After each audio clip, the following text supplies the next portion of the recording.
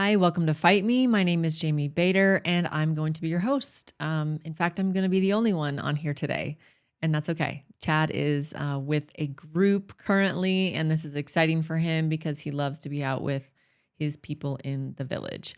And so this gives me a little bit of time to talk about generosity in another way. So, would love for you to stick around, hang out with me for a minute, and let's go.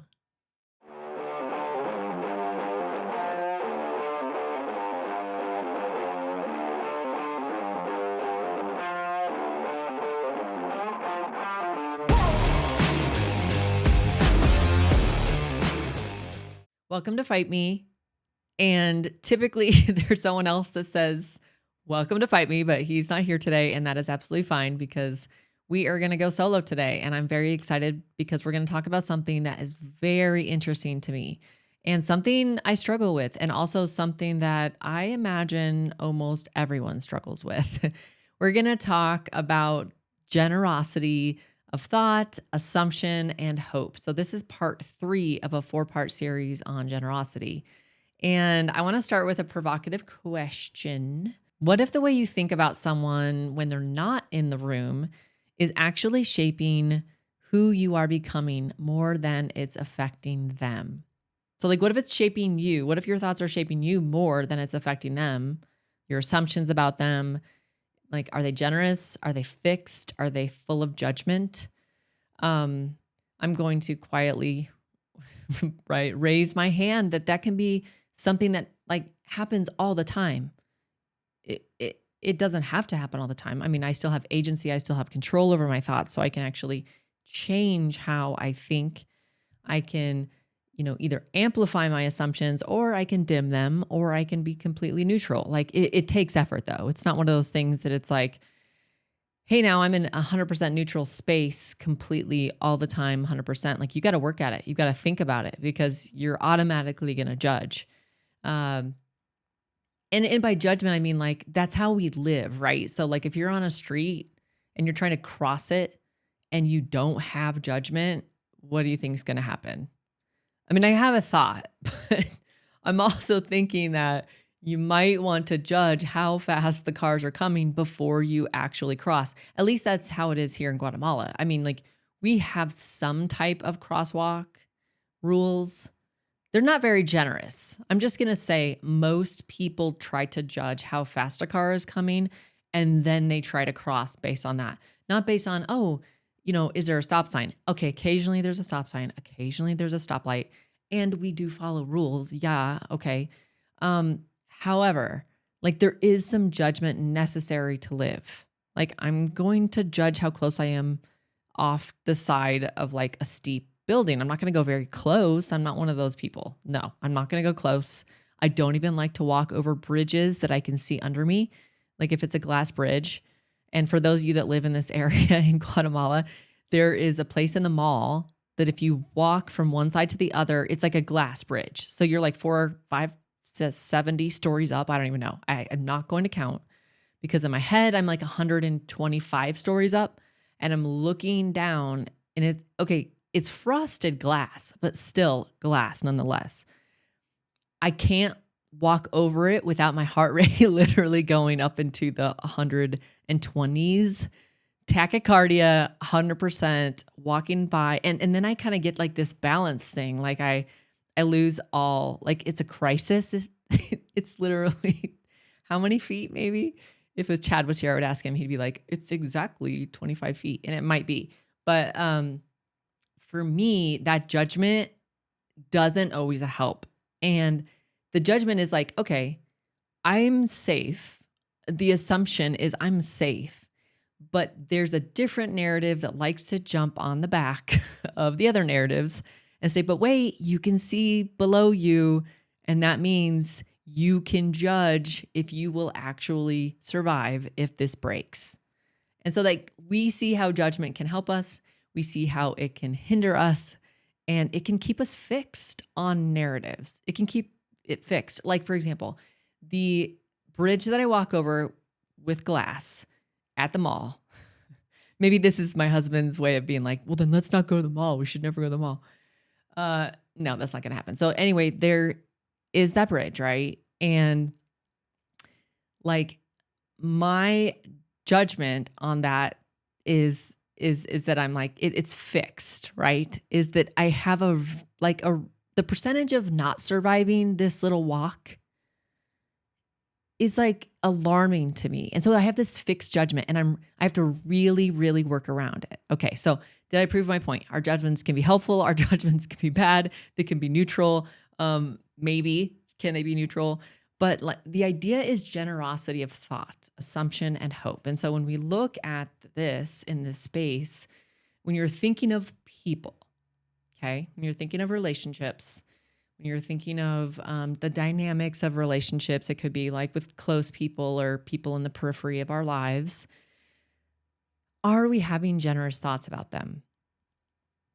And also, what is our baseline of thoughts about humanity anyway? Like people that are completely, we have no idea. Let's say we walk into like a Wegmans or a Walmart or I don't even know, wherever you want to go. We walk in there. We're at the mall. We're on the street. We're in the gym. What is your basic assumption of people?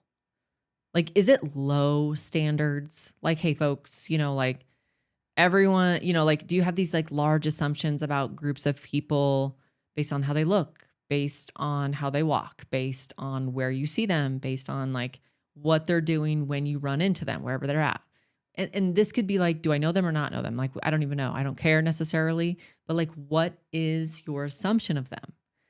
Take a moment wherever you're at, whenever you're listening to this, the next 5 people that come across your vision, just notice what your assumptions are of them based on either prior experience or no experience at all. This is really interesting because it's going to give you a window into your heart, into your mind, into your assumptions, into your thoughts. Some of us are like, okay, don't take me there. I don't want to go into my head. I already have enough happening in there. I don't want to see it. Turn the lights off, leave them in the shadow. I get it. And if that's how we proceed, things will always be the same. Like literally, if you have the same thoughts and the same assumptions and the same whatever, you're going to get the same results. You're going to have the same assumptions about people. You're going to have the same judgments. You're going to start to get really fixed in your judgments because as we know, like when we create these habits or like these continual things that we do, our body gets used to that. Like it's a routine. We have these routines of assumptions and thoughts. So as we continue to strengthen that muscle of like believing those assumptions and those thoughts, they become fixed. They become like truth to us. And those are like these paradigms that run our life. Like they're a lens that we wear that run our lives and they cloud any other possibility from entering into the picture. They really do. I mean, so like take a test yourself. Next 5 people that walk into your space, I want you to be like, hey, what are my assumptions? I don't know, write them down if you want, but don't show anyone, please. Or you can, I don't care. Show your therapist or your friend or your dog, like whatever. I mean, whatever makes you feel better. Bring it to God. I mean, hey, he already knows. Let me tell you that. As a person of faith, and I realize that people can be listening to this who are not of similar faith or have different views upon it. I am fine with that. Like, come on in. This is a neutral space. But I want you to know that, like, according to my opinion, he already knows. He already knows, and it's safe with him. It's neutral with him. Like, he's like, okay, yeah, welcome to the human show. I am here. I'm not going to leave. I often have to remind myself that, like, you are human too.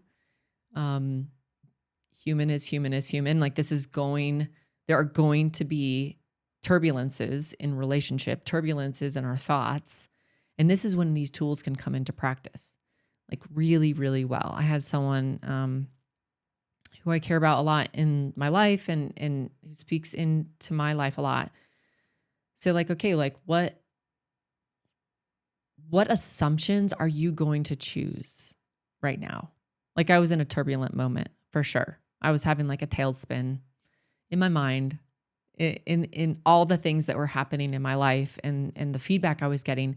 And I was in this tailspin, and this person was like, okay, yeah, so you got all these narratives. Cool. Pick the one that's most resourceful and choose that as fuel to move forward. Like, let's shove out all the other, voices, or the committee. I like to call it the committee because there's often a committee of them. How many? I don't even have names for them. I only have a name for one. I actually call her Blanche because she's saucy, and she's not afraid to say what she thinks, and she has a loud voice, and I hear that inner voice, and I just decided to name her Blanche because it's just easier for me to pick her voice out. I also know that there are other voices in there, voices that are helpful, voices that are not, voices that are loud, voices that are deceiving, for sure deceiving. I know God's voice is mixed in there as well. And I think it's when I shift my focus to can I find this voice? Can I find Blanche's voice as resourceful?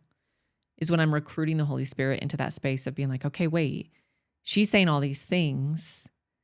What are you trying to tell me?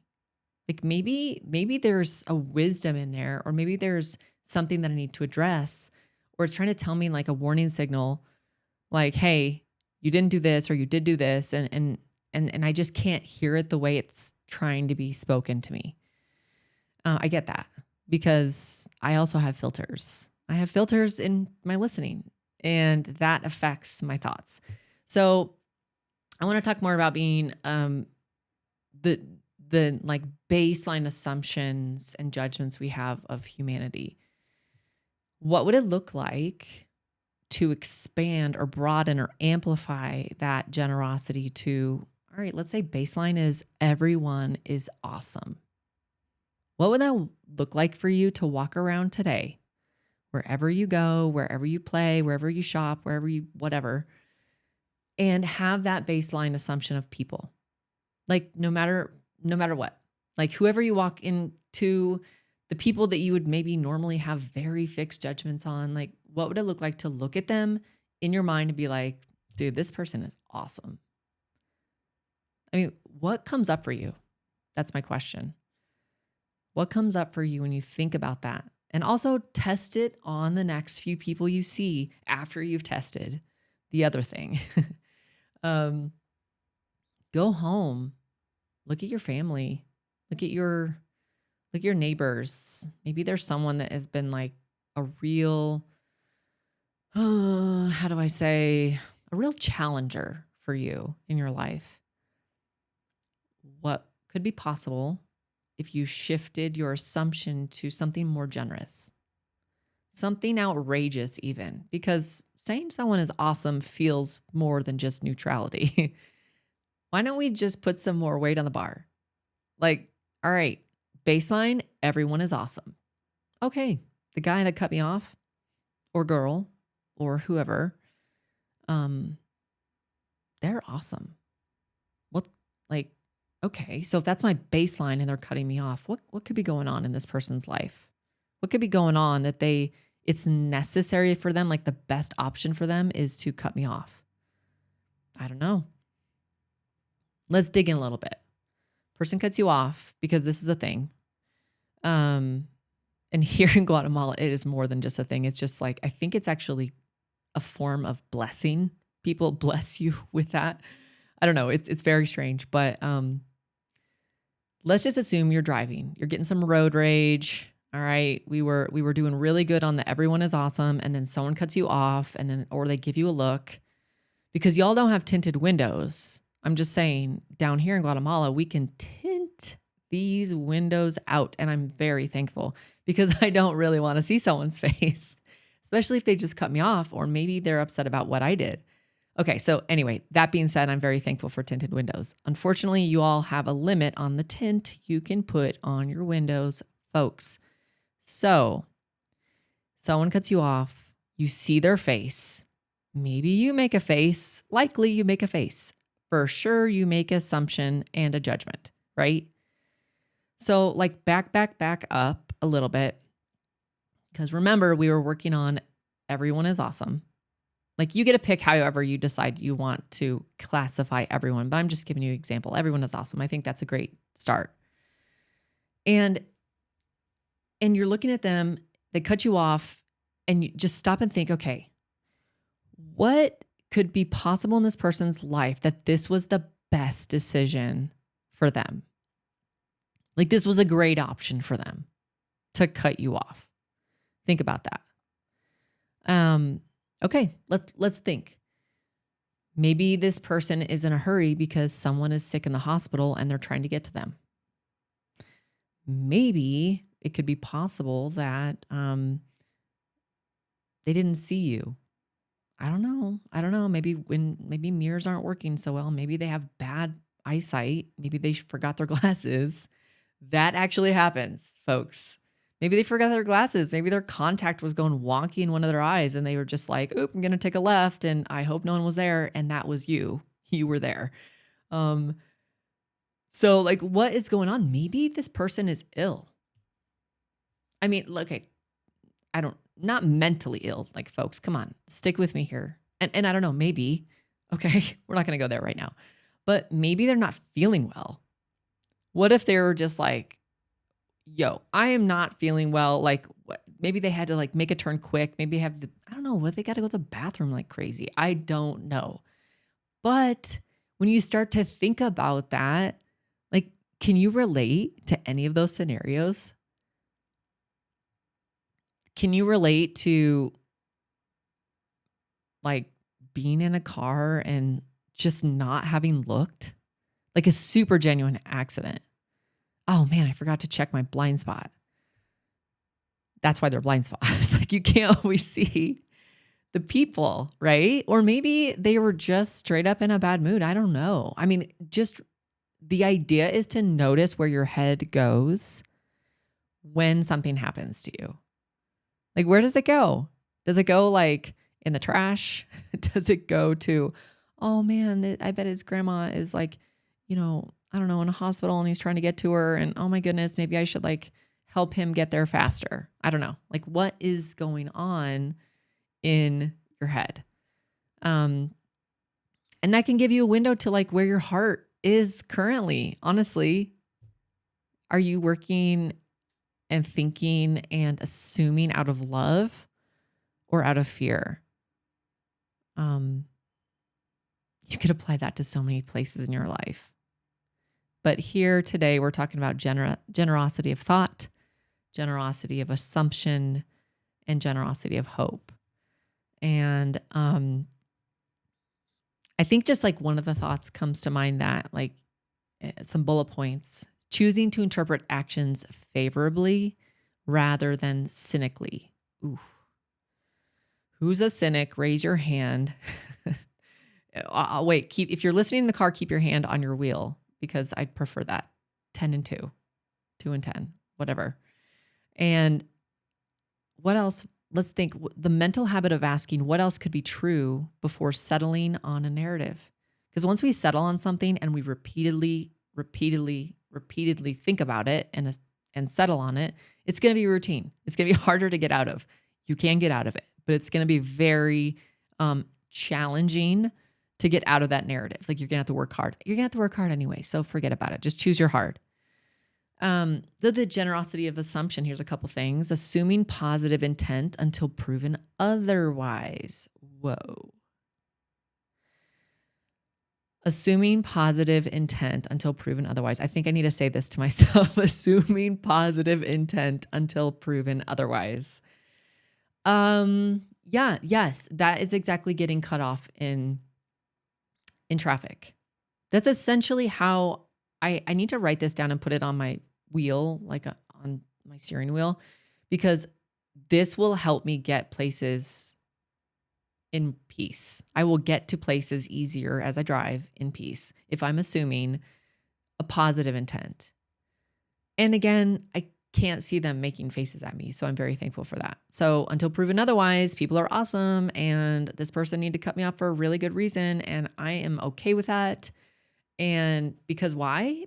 Actually, it protects my peace. 100%. It protects my peace.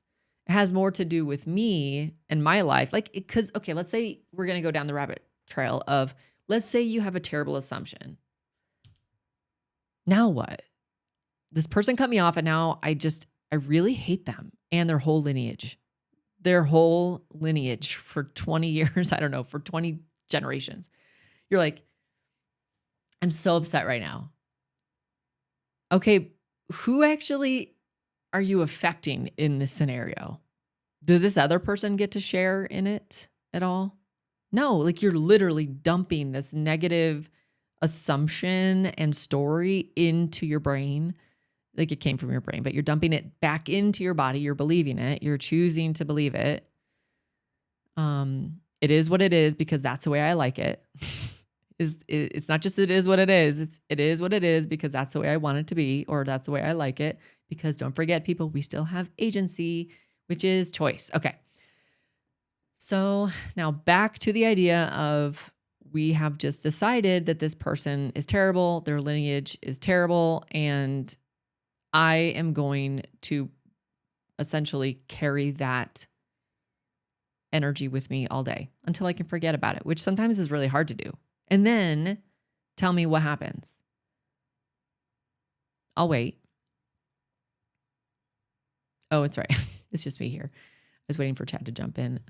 Anyway, so you have this terrible assumption and you're living with it. You're carrying the weight of it. You're the one being affected, folks. The other person is already gone. I don't even know where they went. Maybe their whole day was, their whole purpose was to just, I don't know, drive somewhere else. And maybe they've been cutting off people all day and they're oblivious to it. I don't know. Maybe they're like, again, these are the assumptions we have to like interrogate a little bit. And so just remember that like we are choosing our own suffering. We are causing our own suffering when we choose to have a narrative that's fixed and an assumption that is fixed or not generous. We're creating this for ourselves. Like, what would it look like to have a different thought, a different assumption, a different even hope for the world? One of the things I want you to think about is just noticing. Because oftentimes we are so reactive and we're so in this space of, man, like this has already been written. The world's going to, you know what do they say? Hell in a handbag, whatever that means. I don't like the space I'm in. I don't like the political messes. I don't like all the disagreements. Like you just get swallowed in to this world.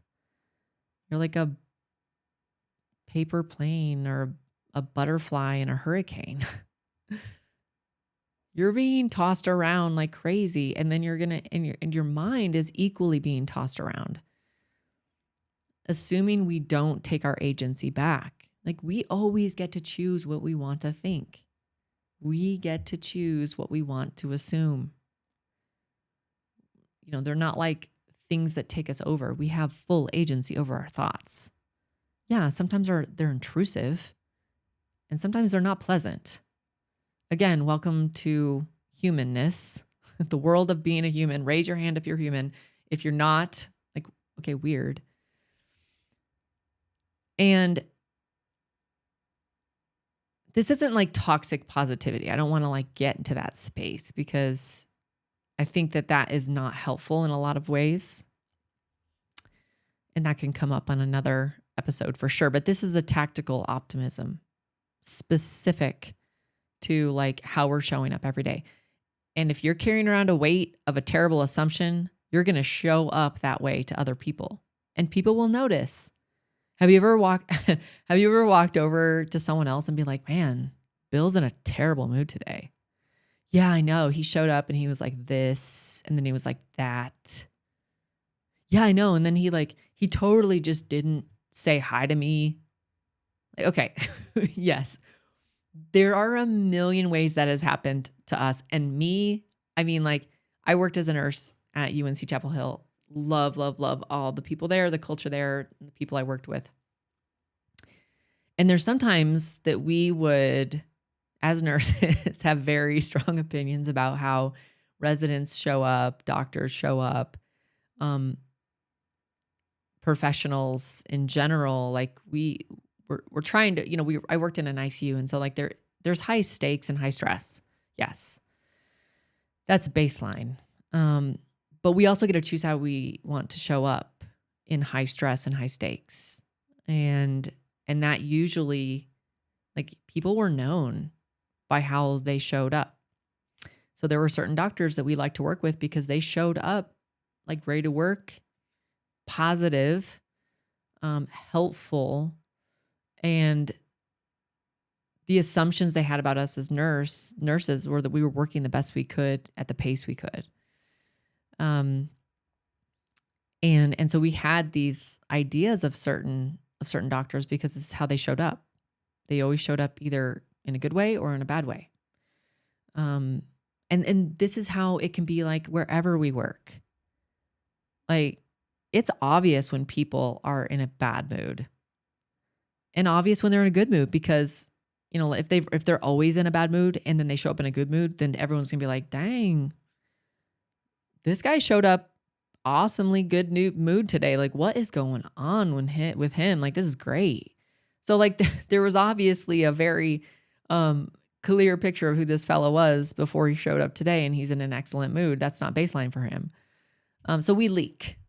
All that to say, we leak as people. We leak our emotions. It's obvious. You can tell when someone's being passive aggressive. Don't pretend you can't. Don't pretend people can't tell that you're being passive aggressive, because they can. My husband, he is really good at knowing when I am passive aggressive, or just passive, or just aggressive, I guess. I don't know if I don't roll with super aggressive that much, but like, I'm leaning into it, folks. I'm going to get used to it a little bit. I'd like to think of it more as fierce. Fierce feels more of like a positive twist to that space. Anyway, people can tell you're not fooling anyone.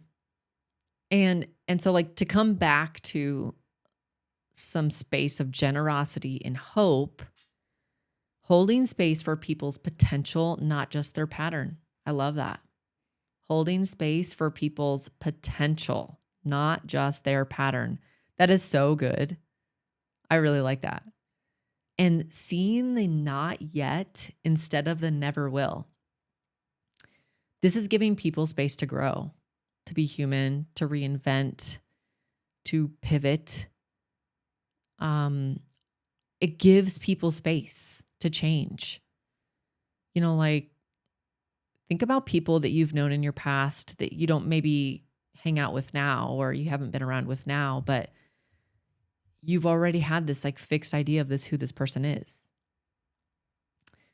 And then, whatever, through social media, or just maybe you run into them or you hear about them, they have changed completely. Like, there's a whole new person. And for all these years, you've had this assumption of who they are without recognizing or giving them the option to change or be different. You held them in the never will area, and you never let them access the not yet. People are dynamic. They change. Thankfully, right? Thankfully, I've changed a ton, and I'm really grateful for it, because I recognize there were times and patterns and people that I had a very fixed judgment on. And if I have a fixed judgment on someone else, like, what is that? Like, how do I carry that? I show up a certain way. And also, I don't want people to have fixed judgment of me, because I'm totally changing. And that is absolutely fine. For the good, for the bad, for the neutral, for whatever. Like, we just are dynamic. There are things that, if we stay on top of it, we can recognize when things are not giving us the results we want. Okay, I'm not getting the results I want. Maybe I'm getting terrible feedback. Maybe no one wants to hang out with me. No one wants to play at the playground. I don't know. No one wants to, whatever, you name it. And like, what does that mean to you? What are you making from that story of the feedback you're getting? And again, that was partly The story I'd, mentioned earlier about myself being in this tailspin because I was getting some feedback, and I'm like, oh man, if I'm getting this feedback, how am I showing up? Like, what's going on, Jami? And I took action. I started to reach out to people I care about and who speak truth into my life. And I prayed a lot more. I committed to that. I was in the Word. What I actually really like to do is I like to put the Bible like on the read, like I read it. Okay, wait, this doesn't make sense. I like to put the audio Bible on and just let it play. There we go. And if possible, I like it when there's a British accent, but whatever. Please, Benedict Cumberbatch, will you actually read the Bible and record it? I would love that. It feels like it would hit. I would really love that. Anyway, or Pierce Brosnan, or like someone, like I got all these people that I'm like, oh, they have cool voices for that.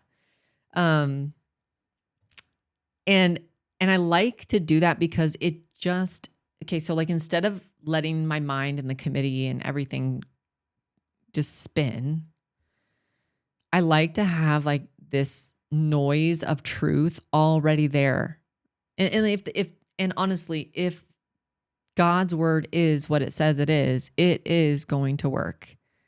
It is going to pierce to the deepest part of us, and it will be extremely resourceful. Like, it's alive, it's living. It applies directly to our context, to our heart, to our understanding. And it does a work that sometimes we can see right away. And possibly, I'm guessing yes, because God is so much bigger than we can imagine and at work more than we can imagine, that this word is doing something we can't even see, or that only God can do, only his word can do. And allowing that truth to be louder than the voices, you will have no choice but to shift your mind. I mean, for real. Like, if that's what I'm hearing all day, or, the times that I allow it to happen, it's going to leak back out of me. I mean, that's my hope, right? So generosity of hope. Again, I'll say those other two because I loved it, was holding space for people's potential, not just their pattern, seeing the not yet instead of the never will. And here's a biblical principle on the generosity of assumption, which I also like. Love believes all things and hopes all things. 1 Corinthians 13:7. Love it. Love it. What is that speaking to you today? How is that speaking to you? Love believes all things. It hopes all things. So, like, who can that apply to?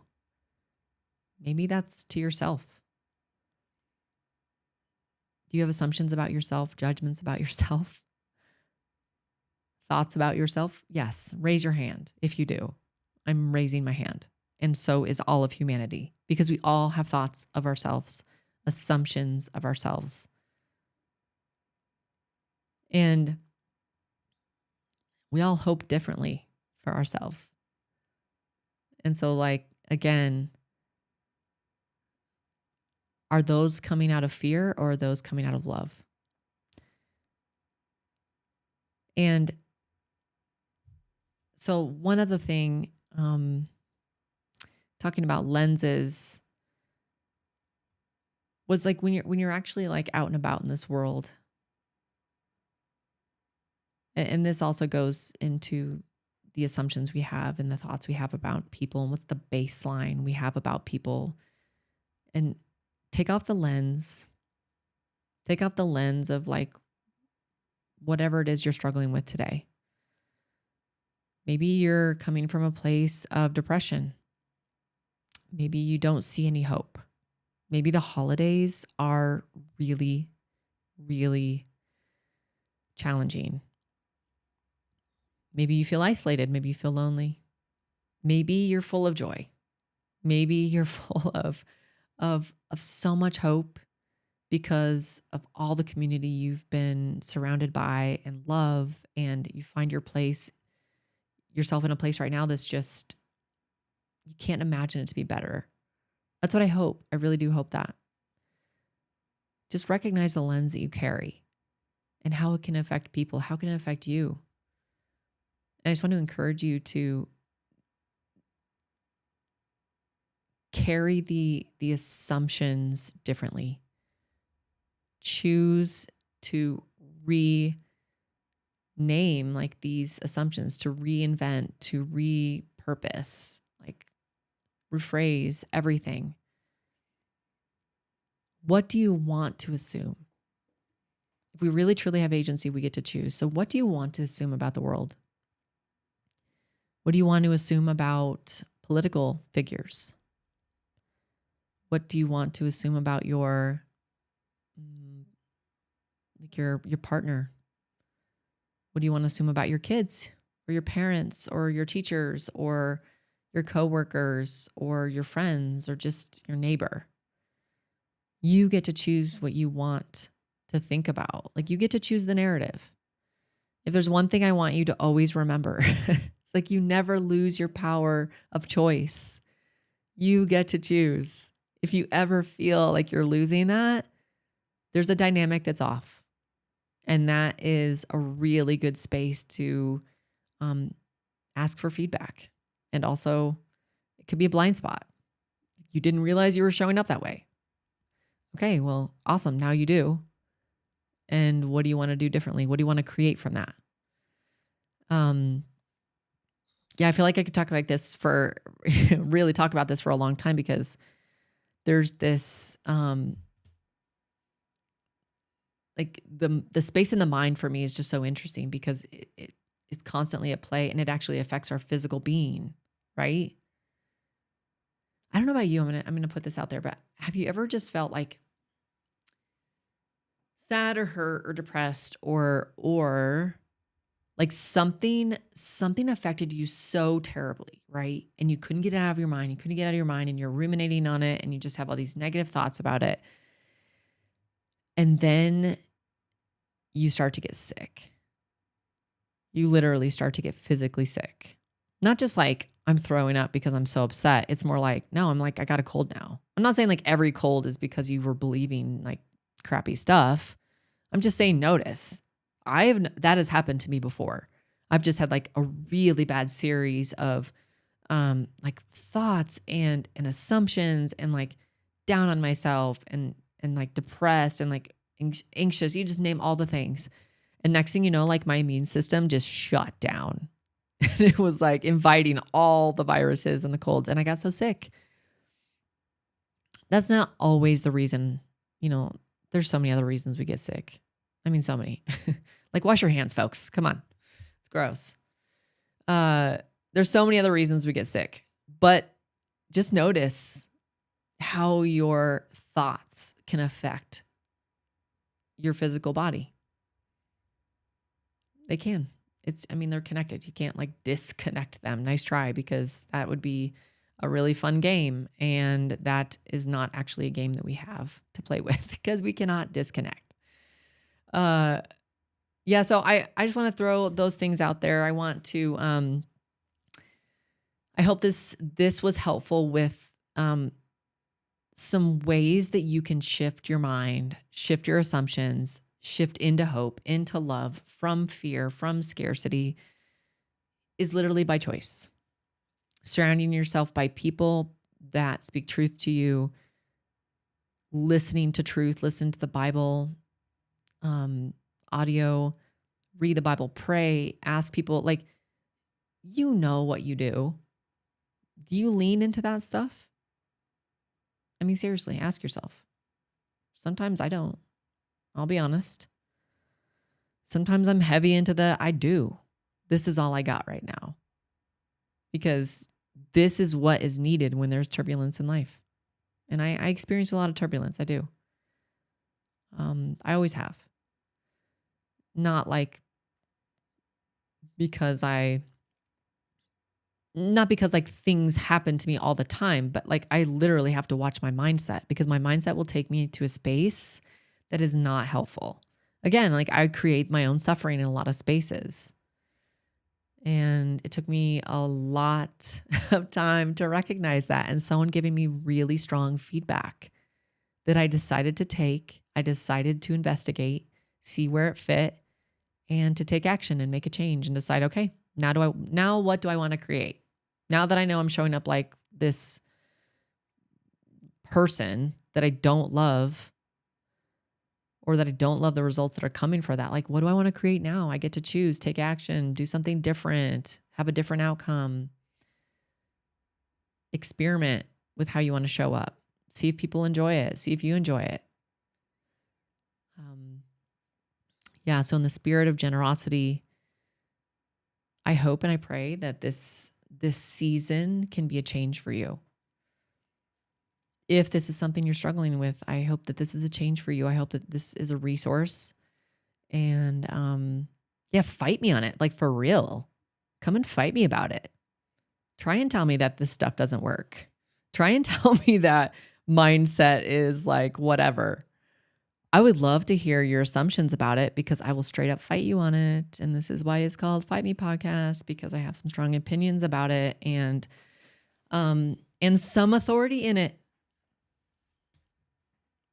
So like, let's go, let's talk. I work with clients all the time that this is a problem. Vision, strategy, mindset. It is the 3 pillars essentially of how I coach. And mindset is a huge part of that.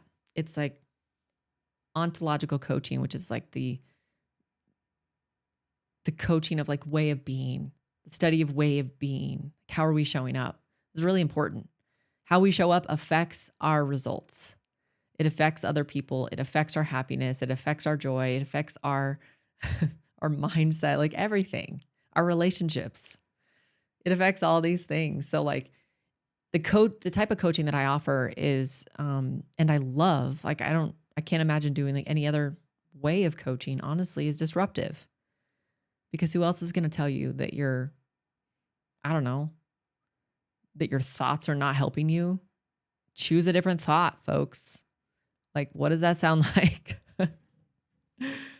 I'm feeling spicy about it. I am. And because it means so much to me, and I've seen so many people change from choosing a different way of thinking and choosing a different way of showing up.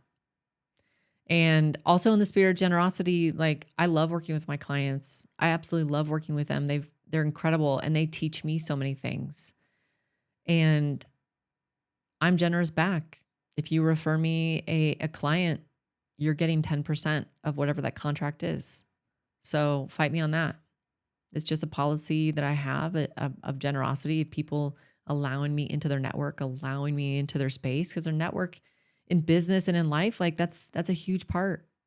Like, there's a lot of trust to allow people into your space and into your friendships, into your peers and people that are important to you. And so I don't take that lightly. And that's why I give back 10% to people who refer their clients to me, who refer clients to me. And it just adds so much to my space. And I love it. So like, hit me up on that. Fight me about this stuff. I love it. Put some things in, you have any questions, put them in the show, or not that the show notes, that's my job, but put them in the comments. I would love to hear what you had to think about today. I'd love to hear some feedback about going solo. I mean, this was like fun and also weird that Chad's not here, because who can I fight with? Who can I make fun of? No, I'm just kidding. I don't make fun of him. We actually adoringly make fun of each other, and we both love it. It's absolutely fine.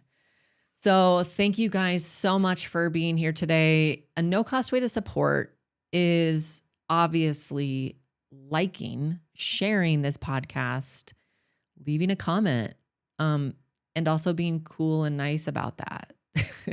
Be generous about your comments, please. Have a generous assumption. And rate it. Yeah, rate it. Go leave a review. I would love that. It's so much fun to see the reviews and the stars. I mean, 5 stars. Let's go. And share this with a friend who struggles in this space. I bet we all know at least 5 people that they've had conversations with that have struggles in this mental space. And If it's something that you want a deeper conversation about, hit me up. Let's do a vision call. Let's coach. Let's go. This is a space for me that I love serving people in. And I hope it shows. So love y'all. Thank you so much for coming, and we'll see you next time.